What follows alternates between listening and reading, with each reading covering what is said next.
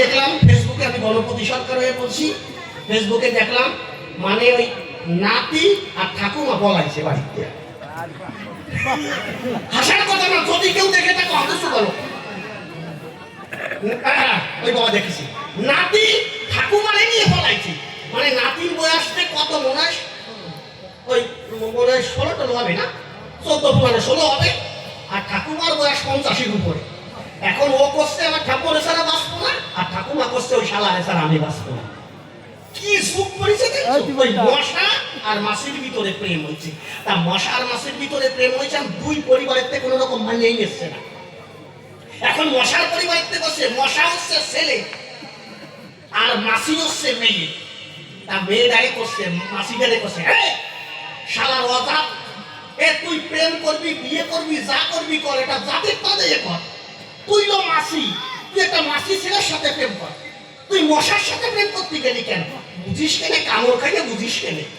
এখন করছে যে কোন রকম সম্ভব না মা, আমি ওরেই ভালোবাসি।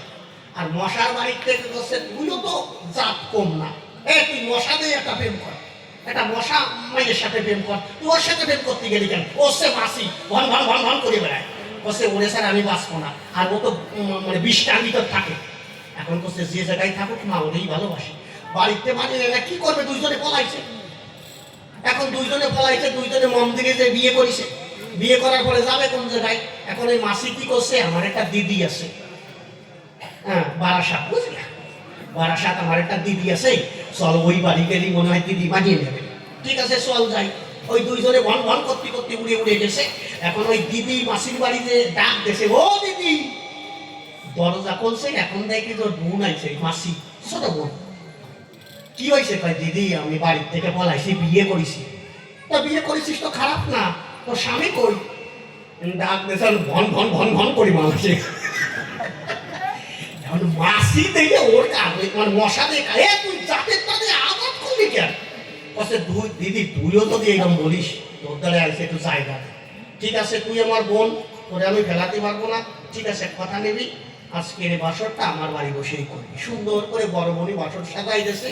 ওই মাসি বোন আর ওই তার স্বামী মশা দুইজনে ঢুকেছে, ঢুকে সুন্দর করে বাসর সাজাই দিয়ে ওই বড় দিদি চলে গেছে। সকালবেলা এসে দেখে ওর মাসি বোন কাঁদতেছে, এমন কান্না কাঁদতেছে সে মানে চোখের জল ধরে রাখতে পারতেছে না। এখন তো কি হয়েছে? কোসে মশা চলে গেছে।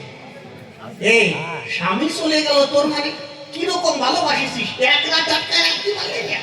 কোসে দিদি আমি এত চেষ্টা করেছি, হাত ধরেছি, পাও ধরেছি, তাও শুনলো না, চলেই গেল।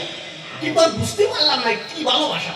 আমি কইছি কি এখন ওই মাসি দিদি করছে, তোদের সম্পর্ক তো আমি মানিয়ে নিছি, আরো তোদের যাতে মানে রাতকে ভালো কাটে, তোদের বাসরটা যাতে ভালো হয়, এই জন্য রাত্রি আমি তোদের ঘরে অল আউট চালাই দিয়েছিলাম, মর্টিং চালাই দিয়েছিলাম। এখন করছে ও তুই মর্টিং চালাইছিস, ওই ওই চালাই মনে হয় চলে গেছে। এই জন্য চরম ধরে করি মানে গোসাই দিয়ে আজকে মর্টিং চালাবো না। যদি সুন্দর করে জবাব দেয় মনে আছে ভাবো আমি তার মধুর কৃষ্ণ কথা শ্রবণ করবো। এবার ধরো ঢোলার কাশি একটা গান গাই, গানে গানে কিছু কথা তার কাছে বলতে চাই। দাও ভাই।